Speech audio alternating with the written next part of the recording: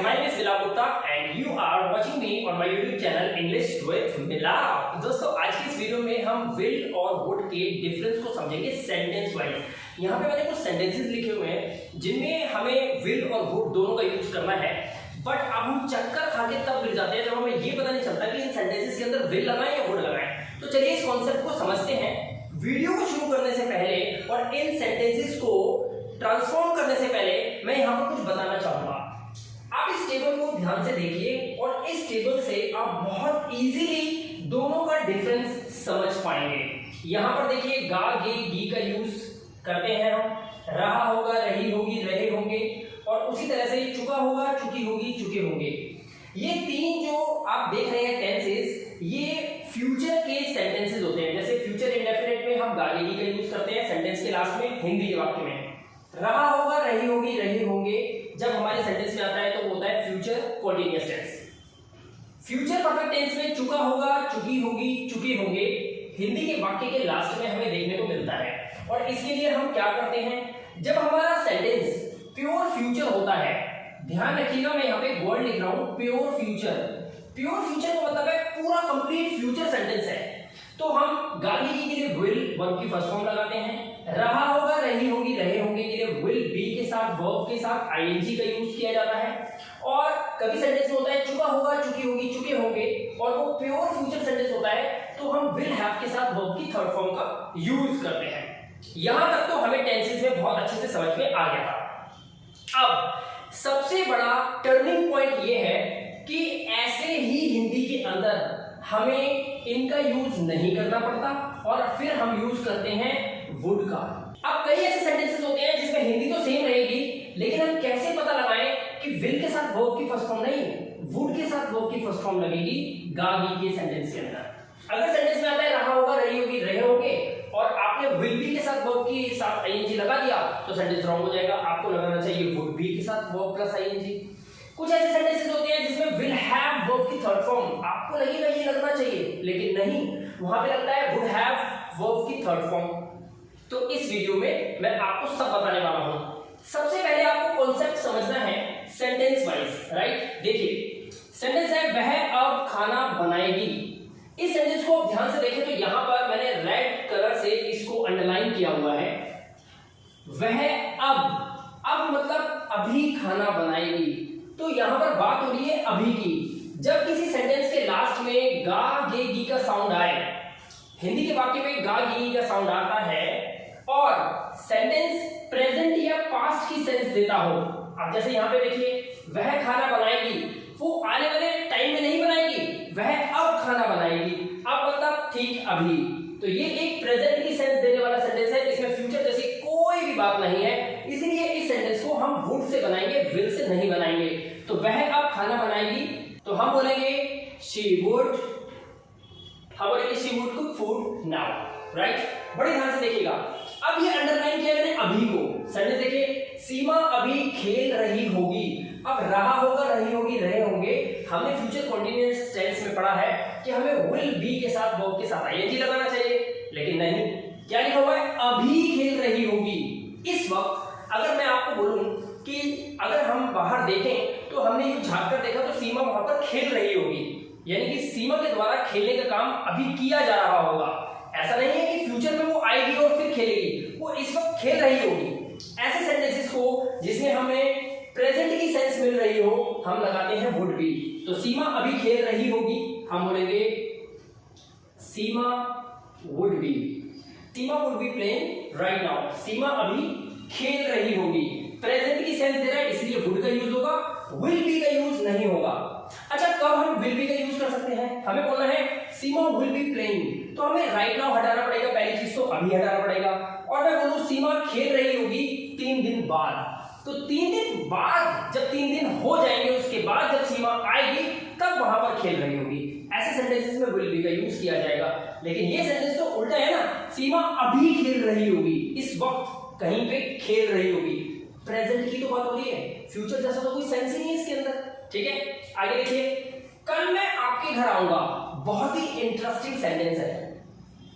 कल मैं आपके घर आऊंगा। अब यहां बताइए क्या प्रेजेंट की बात हो रही है या पास्ट की बात हो रही है? ना प्रेजेंट की बात हो रही है ना पास्ट की। बोल रहा है कल जो आएगा, जो अभी आया नहीं है, वो कल मैं आपके घर आऊंगा। मैं आपसे बोलूं कि कल मैं आपके शहर में आऊंगा, तो इस सेंटेंस के अंदर जिसमें आने वाला कल जब आएगा तब मैं ये काम करूंगा, इसमें विल का यूज किया जाता है। अब आपको थोड़ा सा आइडिया लग गया होगा। कल मैं आपके घर आऊंगा तो मैं बोलूंगा I will come at your home tomorrow. कल मैं आपके घर आऊंगा। प्योर फ्यूचर का सेंटेंस है, ठीक है। नेक्स्ट सेंटेंस देखिए, उसने कहा था, मैंने अंडरलाइन किया हुआ है, देखिए, उसने कहा था कि वह नहीं पढ़ेगी। अब जरा इस सेंटेंस के सेंस को आप समझिए। उसने कहा था, कब कहा था? कब कहा था? यानी कि उसने कभी पास्ट में कहा था। हो सकता है उसने कल कहा हो सकता है उसने परसों कहा हो, लेकिन ये बात पुरानी है कि उसने कहा था कि वह नहीं पढ़ेगी। तो इस सेंटेंस को कैसे बनाओगे? अब आपने अगर फोकस करा पढ़ेगी, तो इनिशियल स्टेज पे स्टूडेंट को क्या लगता है, जो नया नया बच्चा होता है वो कहता है पढ़ेगी लगा हुआ है, गागी के लिए मास्टर जी ने बताया विल लगा दो। नहीं, यहां पर आपको सेंस का यूज करना है। उसने कहा था, ये एक पास्ट की सेंस दे रहा है, और जब पास्ट की सेंटेंस दे रहा हो तो आपको विल नहीं वुड का यूज करना चाहिए। तो वुड के साथ वर्ब की फर्स्ट फॉर्म लगेगी। उसने कहा था तो हम बोलेंगे शी सेड दैट कि वह नहीं पढ़ेगी, शी वुड नॉट स्टडी। हम इस तरह से इस सेंटेंस को बनाएंगे। उसने कहा था कि वह नहीं पढ़ेगी, she said that she would not study। अब यहां पर would का यूज इसीलिए हुआ क्योंकि पूरा सेंटेंस पास्ट की सेंस दे रहा है। उसने कहा था और तभी उसने ये बात कही थी कि वो नहीं पढ़ेगी। ये पढ़ेगी जो है, ये फ्यूचर में आने वाले टाइम में वो ये काम नहीं करेगी। ये काम तो बहुत पहले उसने बोलकर खत्म कर दिया। उसने कहा था कि वो नहीं पढ़ेगी, उसने पढ़ा भी नहीं होगा। समझ में आया? तो ये सेंटेंस जो है ये प्योर पास्ट है, इसलिए यहां पर हमने would के साथ वर्ब की फर्स्ट फॉर्म का यूज किया है। अब आप जरा इस सेंटेंस को गौर कीजिए। वह अब तक खाना बना चुकी होगी। सोचिए, आपने मुझे कहा कि मेरा मन ना राजमा चावल खाने का कर रहा है, सर क्या राजमा चावल मिल सकता है? मैं कहूँगा हाँ। अब आप रुको जरा, वो अब तक राजमा चावल बना चुकी होगी, यानी कि राजमा चावल के बनने का जो काम है वो हो चुका होगा। राजमा चावल कुकर की सीटी लग के तैयार पड़े होंगे, अब तो बस खाने की बारी है, जो हम फ्यूचर में उसको खाएंगे। बनने का काम तो हो चुका होगा। ये सेंस है सेंटेंस में, वह अब तक खाना बना चुकी होगी। सेंस तो ये कह रही है कि ये एक पास्ट का काम है, लेकिन इस सेंटेंस में अगर आपने चुकी होगी पे ध्यान दिया तो आपको लगेगा इसमें तो विल हैव वर्ब की थर्ड फॉर्म लगानी है, क्योंकि मास्टर जी ने पढ़ा रखा है 7वीं 8वीं क्लास में। लेकिन आज मिलाप गुप्ता क्या पढ़ा रहा है वो तो आपको समझना होगा ना। तो ये लिखा है अब तक वो ये काम कर चुकी होगी, यानी कि अब तक वो काम हो चुका होगा। पास्ट की सेंस दे रहा है, आपको लगाना है वह अब तक खाना बना चुकी होगी। आप लिखेंगे शी, और फिर आपको लगाना पड़ेगा would have. She would have cooked food by now. अब तक वह खाना बना चुकी होगी, इसीलिए यहां पर आपने वुड हैव का यूज करा और वर्ब की थर्ड फॉर्म का यूज करा। यहां पे आप विल हैव नहीं लगा सकते क्योंकि आने वाले फ्यूचर की बात नहीं हो रही है, ठीक है। नेक्स्ट सेंटेंस, अब यहां पर देखिए, कल 2 बजे। कल जो अभी आया नहीं है, आएगा वो कल, और उस कल जो आएगा उस कल में 2 बजे, यानी कि कल आने वाले कल के 2 बजे की बात होगी। ध्यान से देखो, कल 2 बजे राहुल पार्क में खेल रहा होगा। मैं बताता हूं, कल जब हम दोनों जाएंगे ना, तो हम जब पार्क में जब जाएंगे तब हम 2 बजे देखेंगे तो राहुल ना खेल रहा होगा, यानी कि आने वाले कल की बात हो रही है। तब 2 बजेंगे और तब जब हम जाएंगे उसे देखने तो राहुल वहां पर खेल रहा होगा। समझ आया? प्योर फ्यूचर का सेंस है, प्योर फ्यूचर का। कल 2 बजे राहुल पार्क में खेल रहा होगा, रही होगी विल बी के साथ वर्ब के साथ आईएनजी लगा दो। तो कल 2 बजे, इसको रोक दो अभी, राहुल पार्क में खेल रहा होगा। कैसे बनाएंगे? राहुल पार्क में खेल रहा होगा। Rahul will be playing in the park tomorrow at 2 PM। इस तरह से हम इस सेंटेंस को बोलेंगे।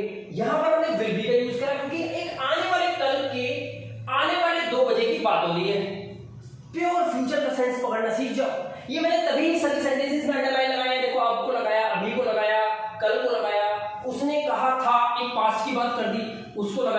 यहाँ पे मैंने अब तक को लगाया, यहाँ कल 2 बजे को लगाया। अब आप सोचोगे कि सर नीचे वाले सेंटेंस में तो आपने कुछ लगाया नहीं। अरे तो सबसे बड़ा टर्निंग पॉइंट तो अब आने वाला है ना, बड़े ध्यान से देखो क्या लिखा है, क्या आप मेरी मदद करोगे। अच्छा मैं आपसे एक बात पूछूं, आप कहीं जा रहे हो, एक लड़की ने आपको बोला क्या आप मेरी मदद करोगे, तो ये बताओ कि इस सेंटेंस के अंदर हमें विल लगाना चाहिए या वुड लगाना चाहिए। वो लड़की जो आपसे पूछेगी, जब उसको इंग्लिश में बोलेगी तो क्या बोलेगी, will you please help me या फिर would you please help me, बताओ जरा क्या बोलेगी वो। देखो ध्यान से सुनो, इसमें कोई प्रेजेंट का टाइम नहीं है, कोई पास्ट का टाइम नहीं है, कोई फ्यूचर का टाइम नहीं है, फिर भी सेंटेंस करेक्ट क्या है, क्या आप मेरी मदद करोगे, तो बोलना चाहिए would you please help me, ये बोलना चाहिए, क्या आप मेरी मदद करोगे, would you please help me. अब आप कहोगे कि सर यहाँ पर will you please help me क्यों नहीं आया। देखो ये ना रिक्वेस्ट हो रही है, और जब भी हम किसी से मदद मांगते हैं, रिक्वेस्ट करते हैं मदद मांगने के लिए, तो वो प्रेजेंट में ही तो मांगते हैं। मैं आपसे बोलूं मैं कुएं में गिर रहा हूं और मैं आपसे बोलूं क्या आप मेरा हाथ पकड़ोगे, क्या मेरा हाथ पकड़ोगे, तो कब पकड़ोगे, 3 दिन बाद आके पकड़ोगे, कल आके पकड़ोगे, तब तक तो मैं फिसल के नीचे गिर चुका हूँ। तो मेरे को अभी इंस्टेंट हेल्प चाहिए, अभी तत्काल हेल्प चाहिए, यानी कि क्या आप मेरी अभी मदद करोगे। तो इसमें अभी लगता नहीं है, लेकिन बोलते हैं क्या मेरी मदद करोगे, तो इसलिए बोलते हैं would you please help me. या मैं आपसे बोलूं कि मुझे 1 कप चाय दोगे, क्या मुझे 1 कप चाय देंगे, तो मैं बोलूंगा would you please give me a cup of T, इस तरह से बोलूंगा मैं। तो यहाँ पे मैंने वुड का क्यों यूज करा, क्योंकि मैं आपसे रिक्वेस्ट कर रहा हूँ, और रिक्वेस्ट जो भी की जाती है प्रेजेंट के अंदर, तो उस सेंटेंस के अंदर हमें वुड से सेंटेंस बनाना होता है। बहुत सिंपल है। लेकिन यही लड़की रोड पे चल रही है और आपसे बोले कि क्या आप मुझसे शादी करोगे, तो आप बताओ यहाँ पर उसने क्या बोला, क्या आप मुझसे शादी करोगे, तो इस सेंटेंस के अंदर वो ये बोलेगी would you please marry me, नहीं, वो बोलेगी विल यू मैरी मी। क्यों, क्योंकि जो काम होना है शादी करने का, शादी जो करोगे वो तत्काल थोड़ी कर दोगे, उसी टाइम इंस्टेंट थोड़ी मैरिज हो जाएगी। वहीं रोड पे खड़े खड़े पंडित बुलाया जाएगा, मुहूर्त निकलेगा, टेंट लगेगा, पनीर पकौड़े बनेंगे, मेहमान आएंगे, खाएंगे, तब शादी होगी। 20-50 दिन, 2 महीने, 6 महीने लग जाते हैं। इसीलिए उसमें बोलते हैं विल यू मैरी मी, क्या तुम मुझसे शादी करोगे।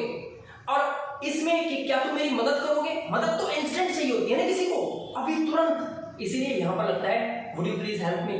तो दोनों सेंटेंस में फर्क समझ में आया कि विल यू मैरी मी और would you please help me, दोनों सेंटेंस में कब वुड और कब विल, और ये लग क्यों रहा है, ये इस वजह से लगता है, राइट। तो इस कॉन्सेप्ट में आई होप कि आपको विल और वुड का बहुत इजीली डिफरेंस समझ में आ गया होगा।